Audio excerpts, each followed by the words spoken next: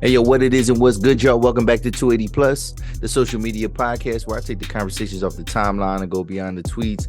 I'm your host, Lowe's Def, and sorry for the week off. Sorry for the week off. My grandma passed away, man. So rest in peace to Grandma Weeda, man. You know what I mean, from Philly. Her funeral was the past week, and I just decided I thought it'd be best to give myself a rest. You know what I mean, just to kind of get back on track, get into a routine the following week. But I still put out content. If you've seen throughout the week, I did still put out content because I put out like a boxing video, boxing recap, like on Monday. I really was supposed to put it out Sunday, but I put it out Monday, and then I was kind of just making clips from that, putting that on Instagram, putting the video out, and so that was good. But yeah, I just, I didn't want to rush, just booking somebody for an interview and then just kind of running through the motions, whatever. I wanted to kind of have a full mind there. But so we couldn't get a guest this week, so we're going to go solo. But if you're new to the channel, hit the subscribe button, hit the like button. It goes a long way. We are still on our quest for 1,000 subscribers, even though the requirements have changed a little bit. You need like 500 subscribers. Obviously you need to watch hours. So yeah, we need you to share the content, man. If you see something that you like, see something you don't like, comment, like it. It helps get the channel a little bit more traction, so more people could see it and we can get them watch hours up, right? So but yeah, this week, man, like I said, I'm going solo. I got some social media reactions. So we're gonna react to a couple different posts and things like that. Just talk about some things that kind of going on that I thought were intriguing. Some about friendship, some about parenting, and then another one is about AI. So that's an interesting one because we're gonna get into some other AI stuff too. But then we got some headlines. We're gonna finally talk about. I have not talked about the TV writers' strike, and one angle of the strike is the fact how streaming is what caused the strike, right? Like this is obviously just one angle. And then we're gonna talk about a guy that we mentioned before. His name is Edward Blum. He was behind that affirmative action case that's a Supreme Court ended up, obviously striking down. It was because of his lawsuit that helped the Supreme Court strike down affirmative action in college admissions. He's now going after the Black queens, especially when it comes to entrepreneurs and stuff like that. We'll talk about that. And then we got some recaps, man. We got an anniversary recap. Because I'm doing a rewatch right now on one of my favorite shows of all time. We're gonna talk about that because it's like the 20th year anniversary, and I did not even realize that. And I just started this rewatch, and I think it's dope because this show was actually ahead of its time. So we'll wait till we get to that point to reveal what I'm talking about. And then one of my favorite shows right now, and it's back for season 6. I believe the final season. I believe this is the final season, but we're talking about The Chi. And we're going to talk about we're going to react to some of the content that happened in the episode and just kind of give our 2 cents. And hopefully, we get people talking, man, about it. So, but yeah, again, man, sorry for last week. Personal sometimes outweighs, what we got going on here. Even though this is we try and make this grow, we got to do what we got to do sometimes. So, but yeah, let's talk about this first. The first thing I have is from the Unbiased Opinions podcast. All right, Unbiased Opinions podcast. It has to do with parenting. All right, and talking about like how to let your kids struggle and how we protect them because of social media and so on and so forth. Right. So let's check out this video. Let me share the screen here real quick. All right, so let's check this out here. The Unbiased Opinions podcast. So let's see what they got to talk about here. Talk about kids being sensitive and shit, or like not knowing how to do XYZ. And I was talking to my homegirl about us as parents, the ones who went through a lot of shit. We so busy trying to protect them from not going through shit, so much so that we actually take away some things that they should go through because it's a part of their growth. Yeah. And like man, hell no. This conversation came from her dropping off her daughter to work and picking her up. Her daughter's 16. And I asked her, I was like, did your mom ever pick you up or drop you off when you got your first job? And she was like, hell no. And I was like, Nobody's did that I know of. Yeah. I don't remember any of us with high school kids with jobs. I don't remember any of our parents picking us up or dropping us off. You want a job, get to your job. Yeah. And get home from your job. I have a job. Like, and that was our parents. We don't want to have our kids exposed to like the world because we so damn scared because of social media. That's deep. That's deep. There's a lot to unpack there, even with that short clip there. I can understand what he's saying in terms of like the responsibility piece, right? So like, yeah, not having a ride to your job does teach you how to network with people, one, to kind of get rides, whatever. It does teach you about timing and scheduling and things like that, because maybe you realize you might want to work all these hours, but maybe you realize like, no, I can only get hours during this time because this is how I'm be able to get to work. So it does teach certain things about like time management, responsibilities, networking, things like that. But and I think it's a good lesson because yeah, you wanted this job, so you got to learn how to get to your job. So then it translates to when you're an adult, it's like by any means, right? Because there's some people that are, depending on where you live, some people are too proud to ride public transportation, or they're too proud to like ask for a ride. They're too proud to ask for a ride. So what they try to do is they put their parents kind of in charge of all their tasks like that, right? So that's something that I mean, obviously you want to kind of avoid as a parent, whatever. But however, and I understand what he's saying, where he's talking about maybe it's parents trying to be protective, and we're trying to protect our kids from the world. However, another thing is too is like, obviously, I know, it feels like he talking about a certain demographic, because same way, like my parents did not give me a ride to my job or from my job. Like I had to figure it out.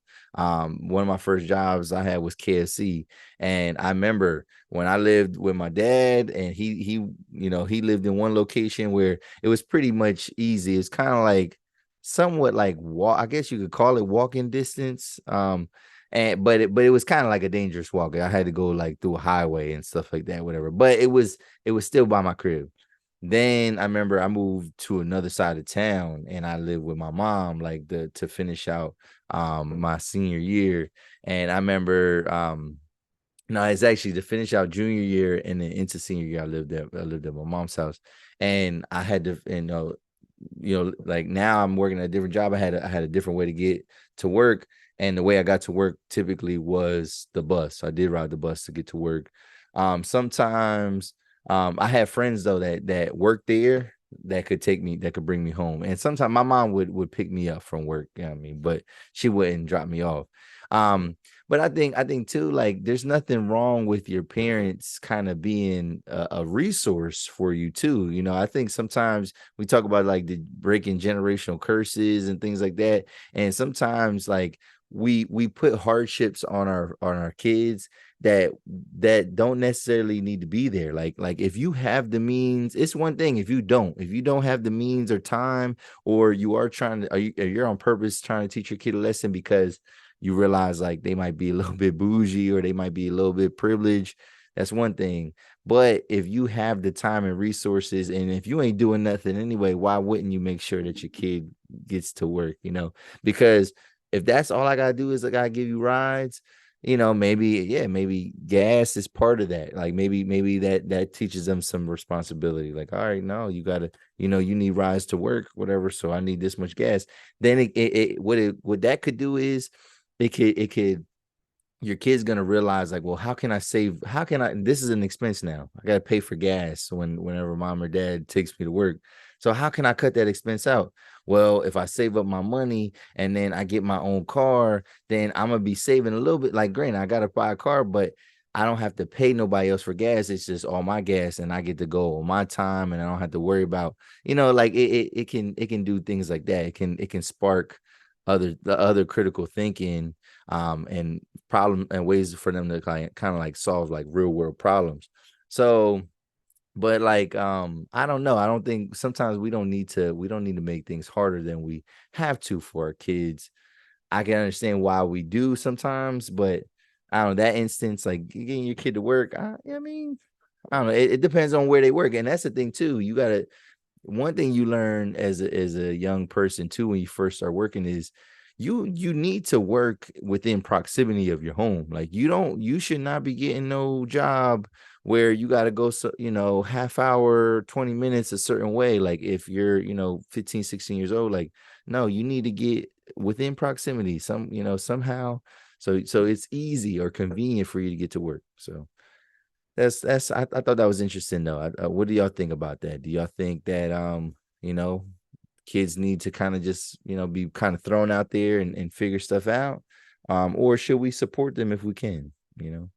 So that's that. So I got another video. This one's real quick too, and this one's talking about why friendships end on vacations, because that's a big thing, especially the girls trip. The girls trip is infamous for women coming back and they not friends after the vacation. But here, this is one perspective of why that could be. Right, and I want to hear what y'all think about this one. So here we go. This is what she's going to talk about here. Here we go. Trips with everybody. You need to know the difference between traveling and vacationing. Travelers want to go to museums, they want to do the history tours, they want to get up at 6 a.m. and do the hikes. Vacation people want to lay out by the pool, lay out by the beach, get their party on, get their drink on, take a nap, relax, get massages, and you cannot force these two people to do the other activities. You can be a hybrid of both, but you're going to prioritize one or the other. So make sure you're going on a trip with someone that also does the same thing, and budget is a big deal. If you're not willing to spend the same amount of money, then it's probably going to cause an issue. And travel with the people that you know are on the same page as you. You can't. She spit some facts right there. And the big word right there that she used was budget. The big word that she used was budget. You cannot travel with somebody who has a drastically different budget than you, right? Because and that's the thing, sometimes we want to include our friends, maybe relatives, whatever, and they have just enough to get the trip. You know what I mean? Like they don't really want to, they didn't bring enough money because they don't want to, they won't pay for this, they don't pay for that. It's tough to go on vacation with people like that, because you feel, if you want to do a bunch of things, you feel kind of like you're leaving that person out. They feel like they're being left out. Sometimes, when you're vacationing, everybody don't have necessarily a car or a way to get around. So like because you're kind of sharing those kind of resources. So that could be tough. But no, she made a big distinction, whatever. So when you travel, right, you got to know, or go on vacation, you got to know the difference between a traveler and a vacationer. So she said the travelers, they want to do the activities, they got the itinerary, they want to experience wherever they're at, right? And then the vacationers, they just want to chill, they just want to relax. I ain't gonna lie, I think once she made that distinction, I think I would be considered more of a traveler, because when I do go to a new place, I do want to, I want to see the restaurants, I want to see what activities, what is something I could do here that I can't do back home, right? Obviously there's like because I don't live in a beach town, whatever, so anything that's aquatic, sometimes like the vacation beach place, sometimes that kind of checks off both boxes. Sometimes it is like the experience, but then it also is like the relaxing too. So yeah, I think when you go to certain destinations, it can be a built-in hybrid, because if you go to Ocean City, Maryland, you're traveling, like there's nothing to see there, like there's no history or museums, whatever, and like there's nothing like significant like that to see in Ocean City, Maryland. But now if you go to Miami, that's different, because it's a city. So like there's culture, there's gonna be culture there. Like I remember when I went to Miami, like I went to the planetarium. I don't know nobody that ever went to that planetarium, like, you know what I mean? But like there, like I was trying to experience certain things. We were in Wynwood, and I mean we went to the Wynwood walls, yeah, I mean things like that. So like I was trying to travel and experience it. I obviously we went to the beach, and tried to relax, whatever, but even that is not like, I ain't have no beach resort hotel, so it wasn't built-in relaxation. I had to travel to do that. So I think, yeah, like I think I would be kind of more of a traveler. But I don't think there's nothing wrong with vacation. However, I'm not the type like if I travel somewhere though, if I go somewhere, I didn't even know I know like you need accommodations, you need a hotel or Airbnb, whatever. But I did not come here to take naps. Like I'm not doing that. Like so it has to be something mixed, whatever. So like we might be on the beach relaxing, but all right, while y'all relaxing, we about to go see what the jet ski rentals are, or we about to parasail, or we're about to do the banana boat or something like that. Like we about to mix it up. We're not about to all just be laying around with nothing to do. So that's definitely like a ideology thing. But yeah, you gotta pay attention to that, man. What are you? Are you a traveler? Are you more of a vacationer? Right? Do you like to relax, or do you like to be on the go when you go somewhere else? Right. So that was a good one. That was a good one. All right, and then the last video that we're gonna watch is will.i.am from the Black Eyed Peas, man. Really important message. Really food for thought when you think about when it comes to AI, right? And a conversation that we're not really having, right? Because I know some people that really love AI. You know what I mean? My man Levi, I was just on this podcast. We was just talking about AI. And there is something when we talk about headlines and stuff like that, there is something that is related to AI that we'll kind of talk about briefly. But yeah, but will.i.am, man, he's bringing up a good point here, because although I think it can be a cool tool when we talk about creation and we're talking about using other people's voices, their likeness, their faces, their things like that. Like, why is that cool? Like, why is that acceptable?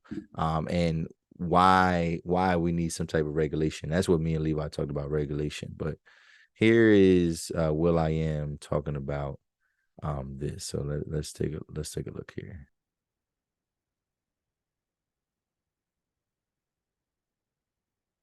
And mimic machines. None of us own our face, and none of us own our voice.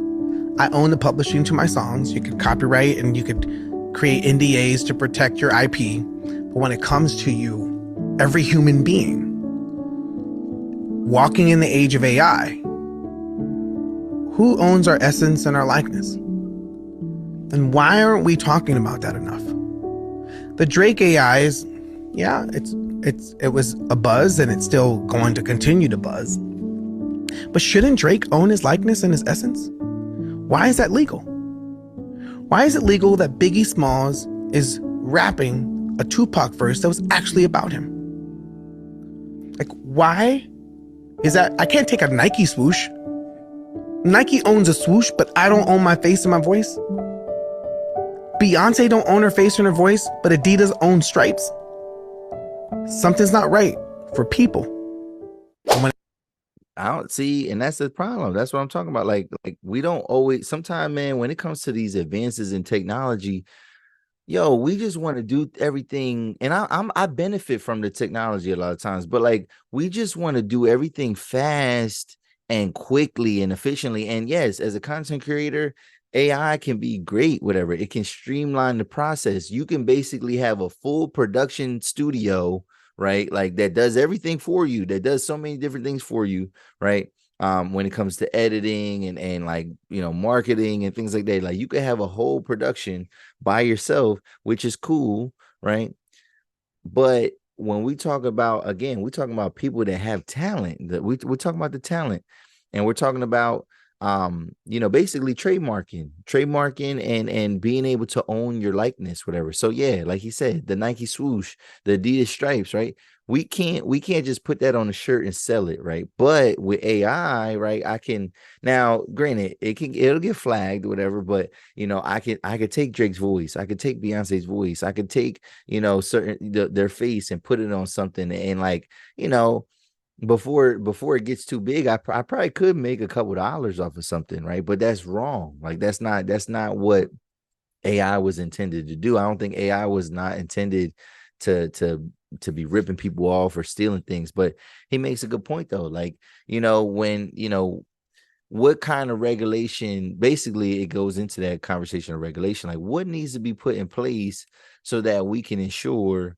that creators are being compensated how they should be, that people aren't stealing from certain creators, and that like content remains original. So like it's not just a copy and paste world, but like you can use my face, you can put my face on anything, you can put my voice on anything, you could. And obviously there's the dark side of AI where people are like stealing your voice to scam you and things like that. So yeah, like how do we avoid that? What needs to happen? And it's dangerous to the human being, man. We all saw iRobot, man. So it always goes back to iRobot for real. Like, I mean, like why are we doing these things? But speaking of AI, and speaking of something that's kind of affecting talent, right? That's affecting talent. We're gonna get into some of these headlines, but it's not really a headline, so to speak, but the strike is still going on. I did want to talk about the TV writer strike, right? So one thing I learned though was I learned about how streaming television was actually also a factor in why the TV writers went on strike. All right. So basically, just to kind of give you a sum up of what's going on, the writers of TV shows, whether it's on network television, right? That, ABC, CBS, whatever, anything on cable, whatever. It's the writers of those shows, but also streaming platforms. So you got your Hulu originals, your Netflix originals, right? Right now, the writers are on strike, right? So one of the main reasons why they're on strike is because the workloads have gotten crazy, right? So if you think about a network television show, right? They talked about how you'd have like 20 episodes of a season, and you're kind of writing as the show is kind of going on. So just say like the season is airing, like you might have done like 5 episodes already, but then the season starts in September and then it goes until December, and then it re-ups back in like February and goes to like May or something like that, right? Like they'll have the hiatus built in. Well, like for example, like you're not every episode for that full season, all 20 episodes are not necessarily written, right? That's why like SVU, that's how they're able to do like current event episodes, because sometimes they're kind of writing that as it goes a little bit, right? Like if a crazy headline pops out, and then if the show is currently on air, they'll figure out like, all right, dang, we got to get ahead of that. We got to make a episode about this, an episode about that. They'll have like a Carly Russell episodes or something like that, right? Yeah, so those writers, they were caking it. They were making the most money when it came to those things. And part of the reason why they were making money was because of like the reruns, right? Like and we call those residual checks. So when you talk about writers for streaming writers, they're not getting the same residuals. So when they talk, how the music industry talks about like the dangers of streaming and how people ain't getting no money. Well, that stuff has permeated, and now it's translated into TV. So the TV writers aren't necessarily making money. There was one example, right? A writer said that like for just say he wrote on a show like maybe like SVU or something like that. The writers would get like, when for a full year, obviously they get a certain amount of money, but they would get like for reruns they'd get like they would get a check for like $25,000, right? It was $24,000. He put the figure. But when you talk about streaming, you get one check, you get one residual check, whatever. No matter how long, and that's 24,000 per year. So like if it's going in reruns for 2 years, all right, that's another 24,000 you get. Oh, they want to keep it reruns for a third year. All right, that's another 25, basically 25K you cashing in. No.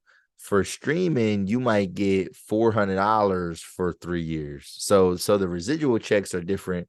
And what was happening though, they talked about how in the streaming era, it was exciting because they were getting all these new writers, they was getting all this diversity, they was getting all these different voices, basically writers that that wouldn't get opportunities on the network television shows, but that have way more creativity. They can push the bounds a little bit further because, you know, a show on Netflix is a lot more uncensored than something that's going to be on ABC, right? So like, you know, writers were taking chances and they were doing good work. However, and when it comes to production and things like that, they said that like on a regular TV show on network television, you might be working for 40 weeks. Well, on streaming, since it's a lot less episodes, and the production time is like a little bit quicker, you might only have a job, because I mean they said like 40 weeks, you might only have a job for 20 weeks. So then what happens is you have to find another job, and they're not paying you in between that time. If you're a writer on ABC for the Blacklist or something like that, you're getting, you know, you got a salary and you're getting paid the residual checks on top of that, you know, if it's in syndication, right? And when even when you're not working, you're making some type of salary. Well, that's not happening on streaming networks, right? On streaming platforms, they get paid, you know, they write that season, whatever, you know, they do the production, whatever, and then they get paid one time, right? They're not getting like a per episode type of order. And so it's creating like crazier workloads because now these people have to find new jobs, right? They had to write for different things. And then they're even saying that they're basically making these writers write free drafts, like basically giving them ideas for free, and they're not getting paid for it. And what they're trying to do is they're trying to make it like a freelance type thing, like all right, no, you get paid for the gig instead of it being like a viable career where they actually make a salary.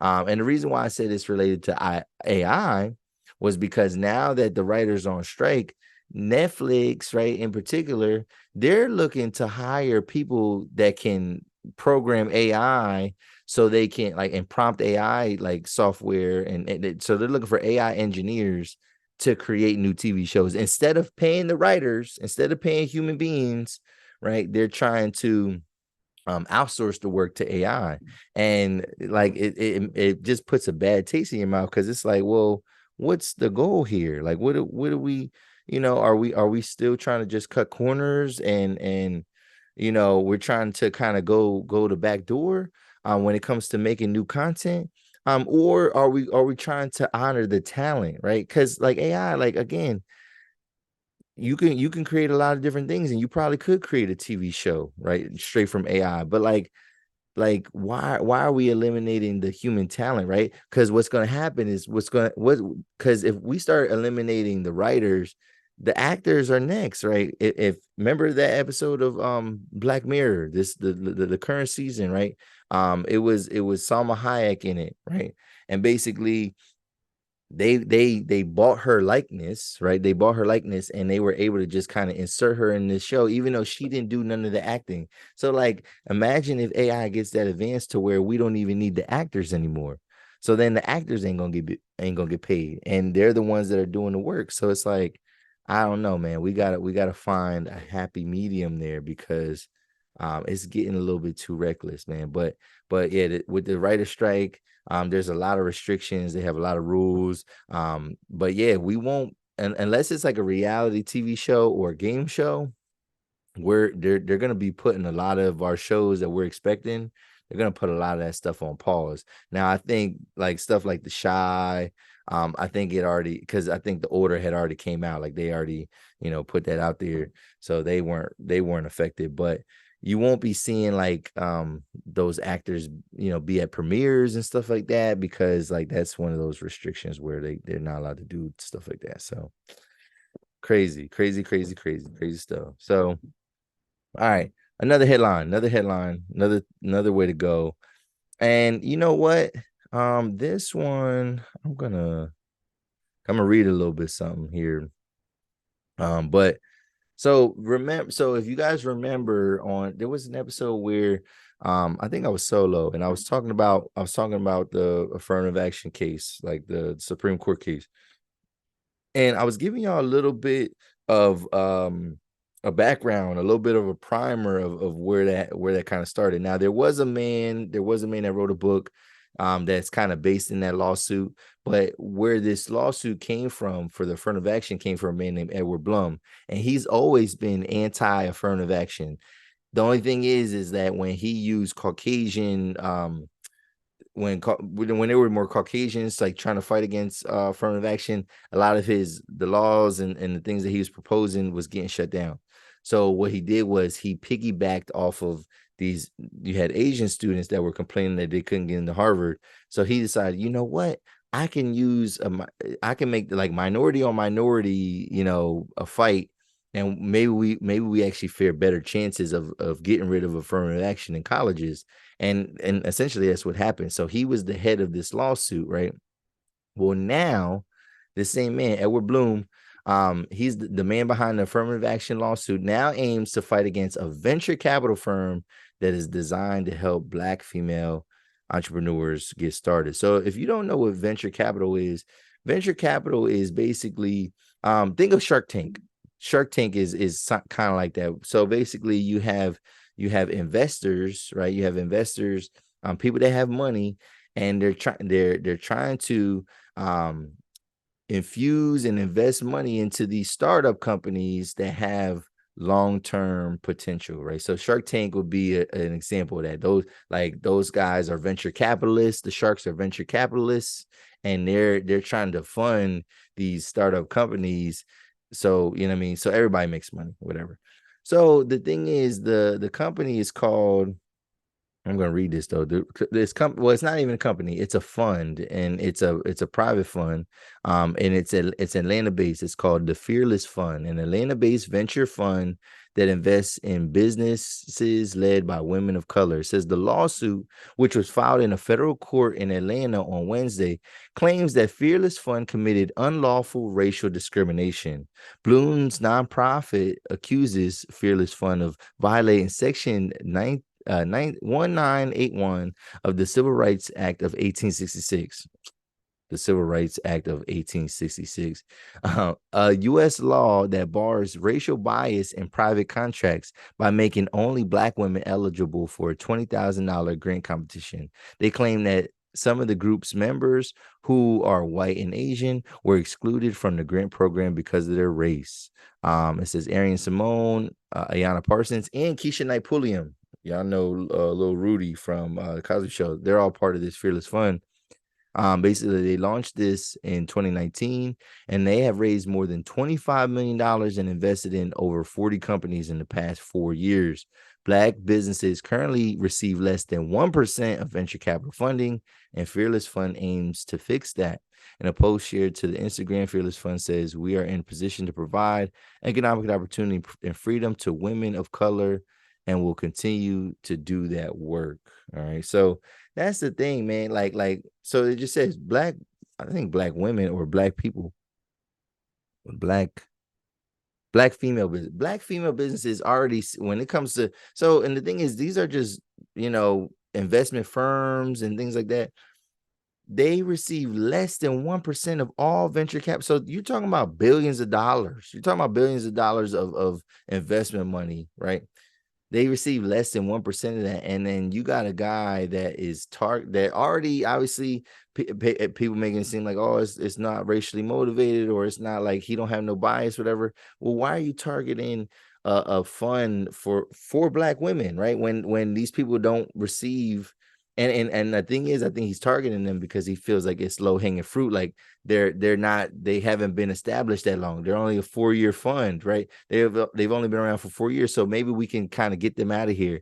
But it's like, yo, there are all types of venture capital funds, and there's all different types of firms and different private organizations that have funding for certain groups of people. Like, why is it a crime to want to help Black women, right? Like, you know what I mean? And maybe they should make it a little bit more, maybe they should make it a little bit more public. But yeah, with a private contract, why should there be, if it's a private contract, it's not a public thing. So like, why does it matter who I do business with or who I decide to invest in, right? And it's a competition. And yes, the people that probably applied maybe didn't realize, like, all right, these are 3 Black women trying to help Black women. And so they got offended. They got offended when they didn't get the funding.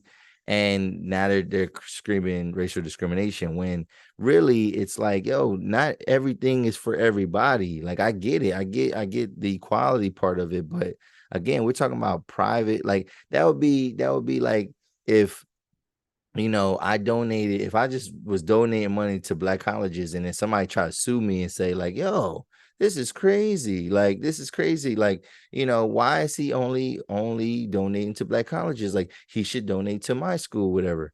And it's like, and obviously we're talking about a contract type thing. So like, there are some legal ramifications, but I don't know, man. I feel like it's a slippery slope, and hopefully, man, and they're fighting this case in Atlanta and things like that. So like, um, hopefully Edward Blum does not win. Hopefully, Fearless Fun, they can keep doing the good work for Black women. And 20K is, I mean, obviously a startup company would take that 20K and be blessed, but we got other people that are fighting for every drop of the bucket. They're fighting for every drop of the bucket. And it's like, yo, bro, like, can we get a sip? I mean, can we get a little bit of something? You know what I mean? And I don't think it's wrong to want to help Black businesses. So that's wild, man. But this guy, he's on a rampage, man. He's on a rampage. So we'll see how that plays out, man. You'll hear more about that, and I'll be reporting it, man, when that case, if it ever hits, if it hits Supreme Court, or if it gets denied in the Atlanta courts, you'll be hearing about it from here. So, all right. Let's get into some recaps, man. And I actually have a special one. I have a special one that I want to. I'm recapping this and essentially because I want people to watch it, because I want people to realize like how advanced this show was. But I'm currently doing a rewatch of Nip Tuck. Have you ever seen Nip Tuck? Has anybody ever seen Nip Tuck? Well, because I was like, I heard a year, because I was like, yo, this is old. Like, I seen it probably back in like 2010. So we going on almost 15 years. I seen this in its entirety. Like, it was already on streaming platforms. And what I mean, like Netflix, like you could watch. They didn't have no originals, but you can watch the reruns of stuff, whatever, right? So it was on Netflix. I remember it used to be on Netflix, and it's a show from FX. So Nip Tuck is basically a plastic surgery show, right? Like, and not a reality show. It's a drama. So you got these 2 partners. Magnum, their firm is called McNamara Troy, and these 2 plastic surgeons, they get into, you see all the different procedures that they kind of go through. You see them like live fast lives. You see like kind of like the dark side of plastic surgery a little bit. Just the business deals that they kind of get involved in. You learn about people's insecurities and what they want to get changed on their bodies and things like that. And then again, there's like a lot of scandal, a lot of deception, betrayal, like just like any other regular drama, right? Well, I didn't realize it, but like on July 22nd, right? So it's August, obviously, but July 22nd was the 20th year anniversary of Nip Tuck. So Nip Tuck premiered in the summer of 2003, right? So we in 2023, and I'm like, damn, this show. The reason why I want y'all to watch the show is because this show was way ahead of its time. Way ahead of its time. This show was out way before the BBL revolution, right? So when we talk about when I mean, obviously back then maybe women was getting like the butt shots, whatever, and people, they was probably just sticking silicone right into the butt.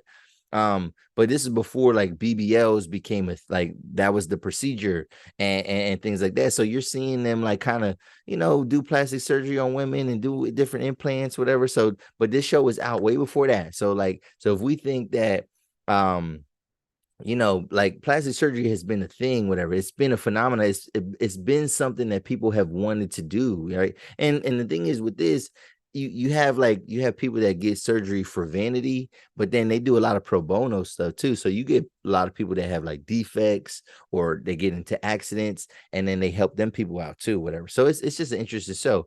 But yeah, this show was way ahead of time. It was way before the BBL revolution.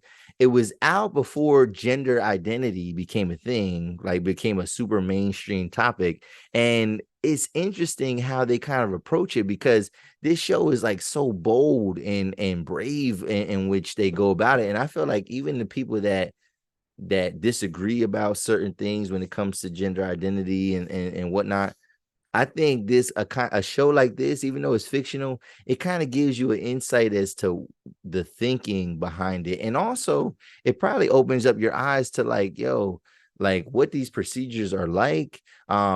That the doctors a lot of times they're not always recommending some of these things. Sometimes people like, as long as they can, you're safe, people kind of are adamant about getting these kind of surgeries. So like, it's not the narrative that we kind of that we always think it is.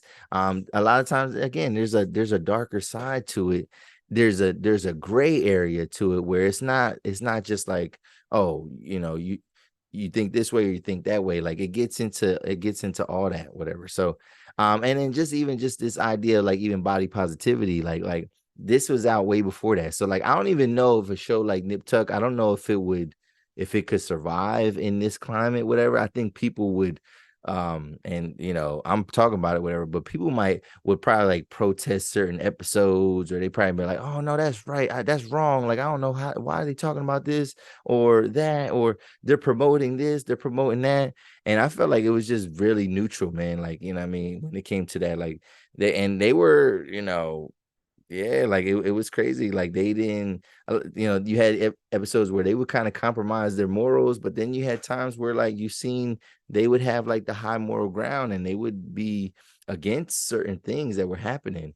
And it's a wild show. It's a wild show. And but yeah, I do recommend it.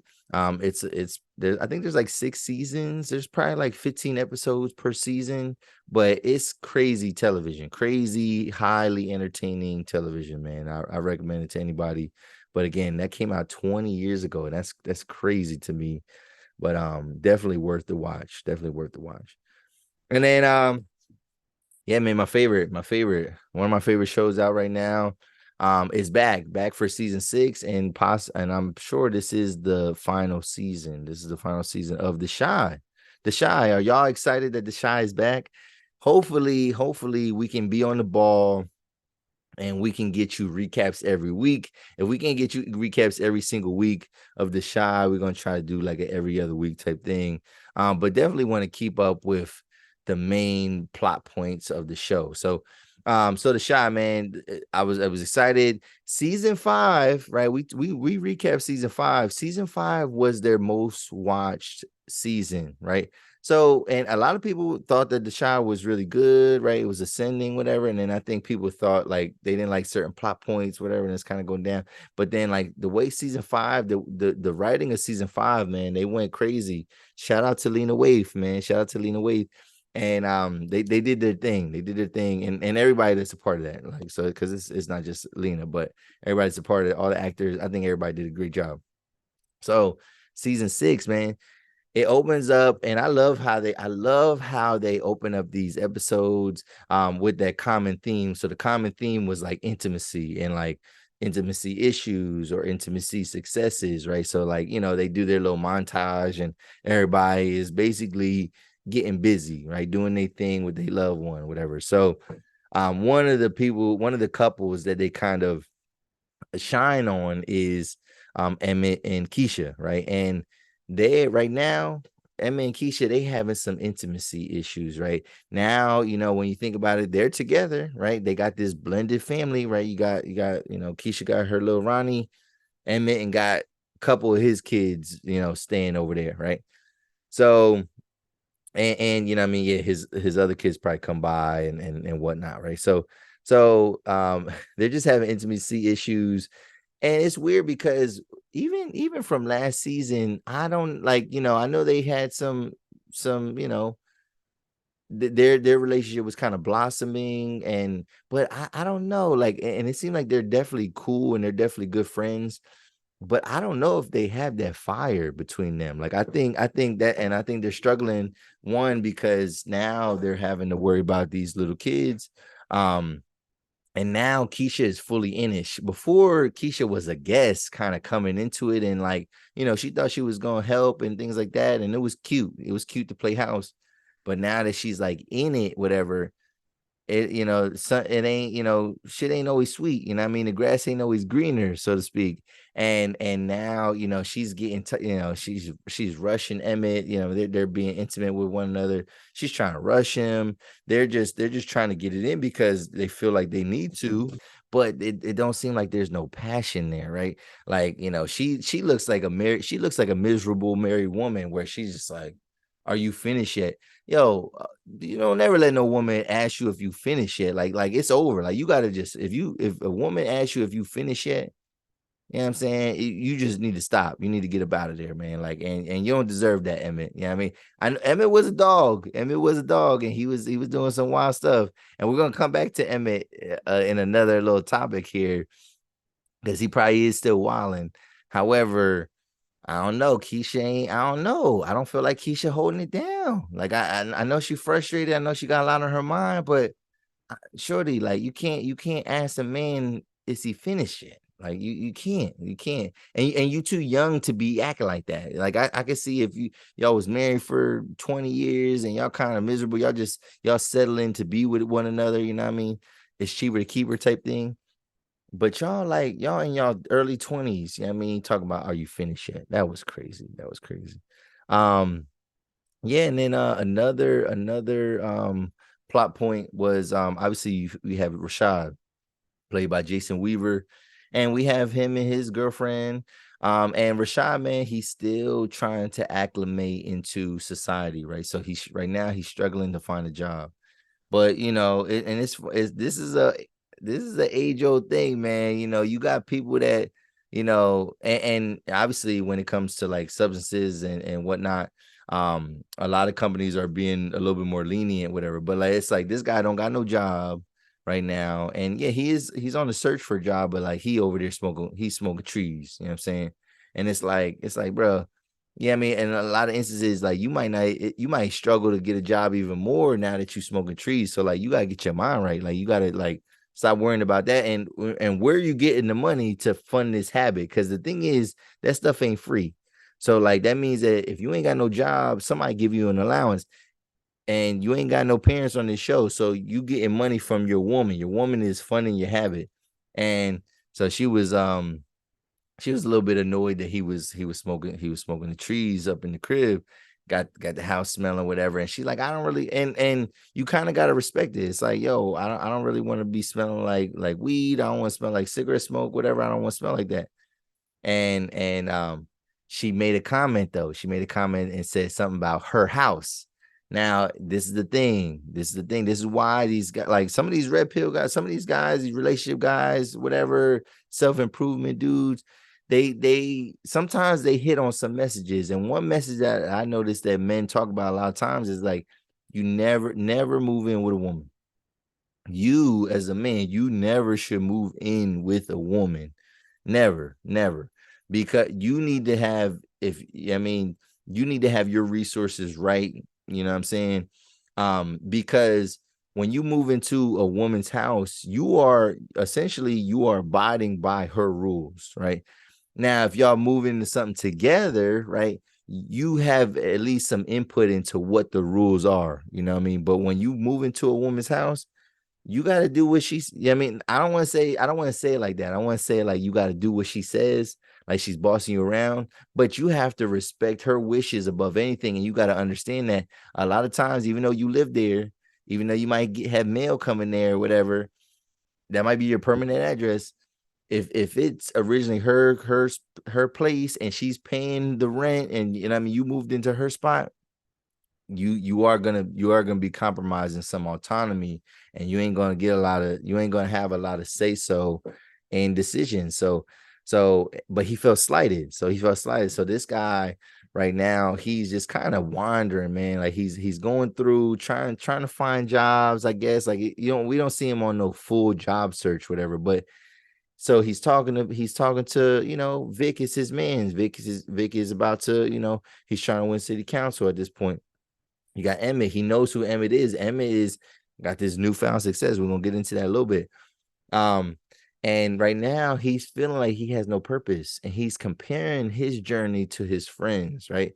And that's another subtopic here too, because it's like, I think it's good. It's definitely good to have, it's good to have people around you that inspire you, right? Because that's a lot of times that's the ignition. That's gonna be the lighter to, what I mean, that's gonna be basically get the fire. That's gonna get the fire going, right?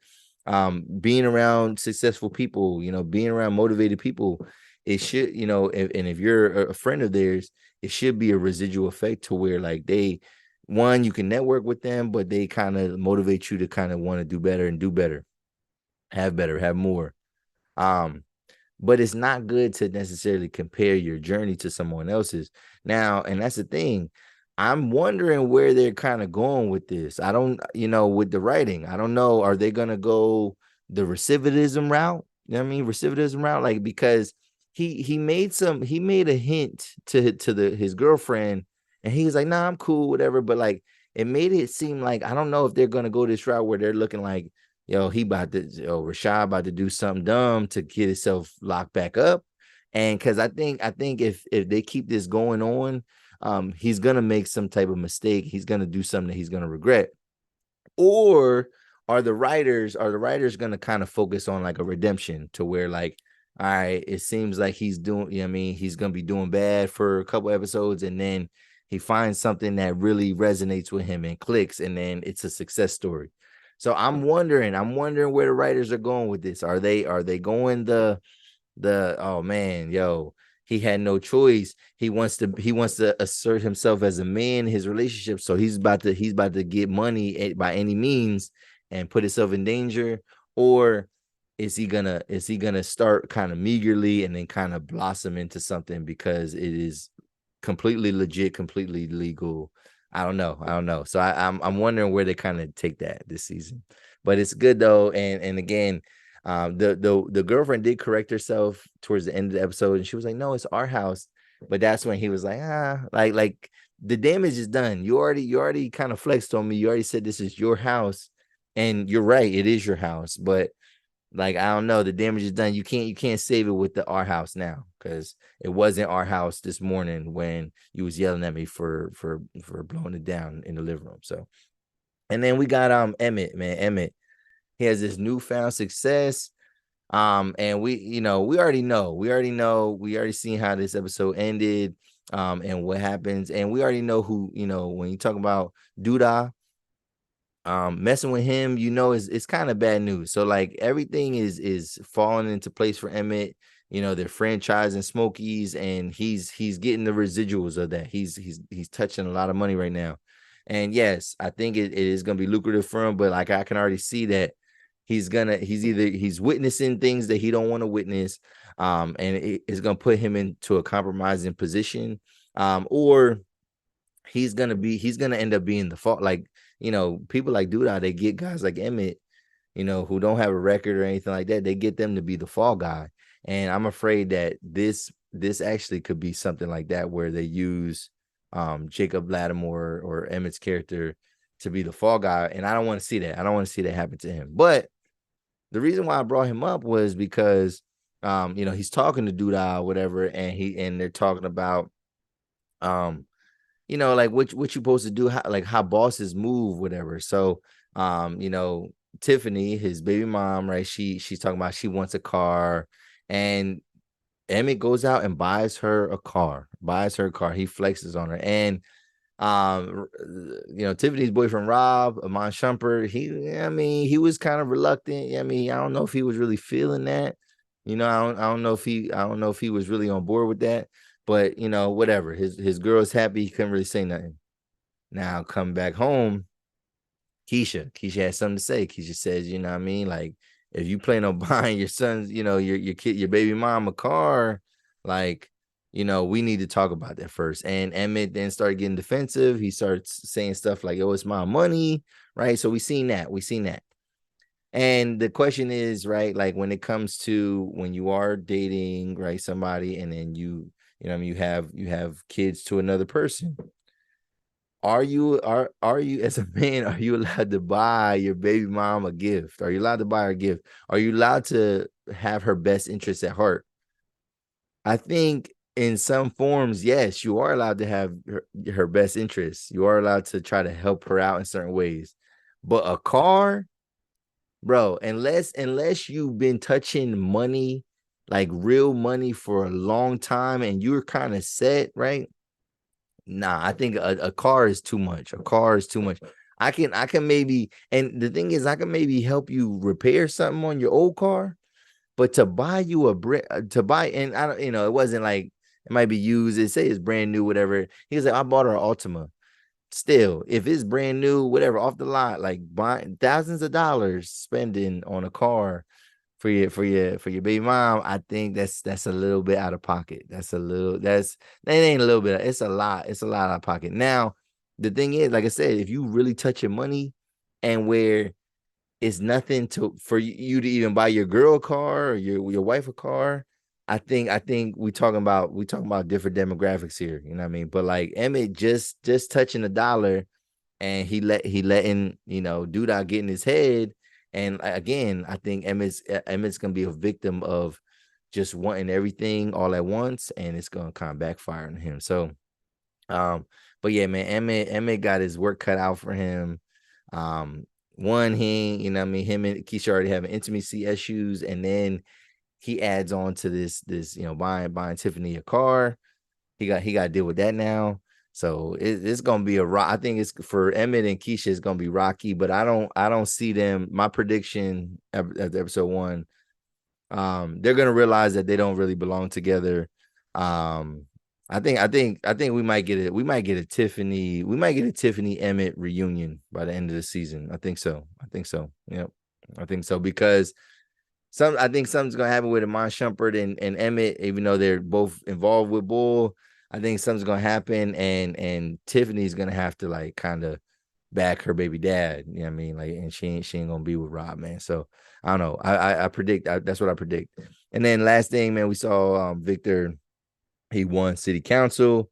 He's kind of fully out there with his girlfriend now, and yeah, that's what we're looking at, man. That's what it is. So good luck to him and everything. I want to know, I think it's cool that they did the, city council thing for him, but I'm wondering, like, what are they going to do with that? You know what I mean? Is he going to be going against people like Duda throughout this season? I'm wondering what the main issues are that they're going to kind of bring up. But like, again, Otis, man. Yeah, Otis or Duda, like he's wilding, man. He's wilding. He's doing a little bit of everything.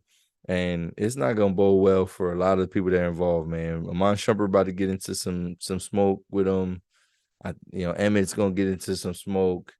And it could get ugly, man. It could get ugly. But I love the kids, man. I love the evolution of the kids, as always, man. My man Kevin and the one shorty, man. They had the kiss. I'm surprised by that.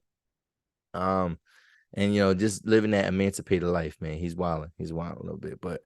What y'all think, man? What y'all think about The Chi this week? Did y'all watch? Are y'all caught up? Did you watch the first episode of season 6? Whatever. Again, we're gonna try to keep giving y'all recaps as we go through.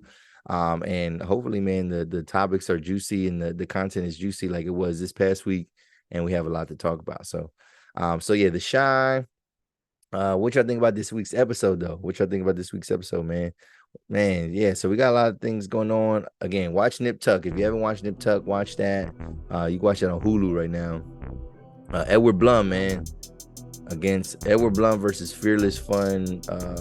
Fearless Fun. And then we had some of those social media reactions, and then the writer's strike, man. So bunch of things to talk about. Can't wait to put out some clips. Again, if you're new to the channel, I need you to hit that subscribe button, hit the like button. Again, it goes a long way.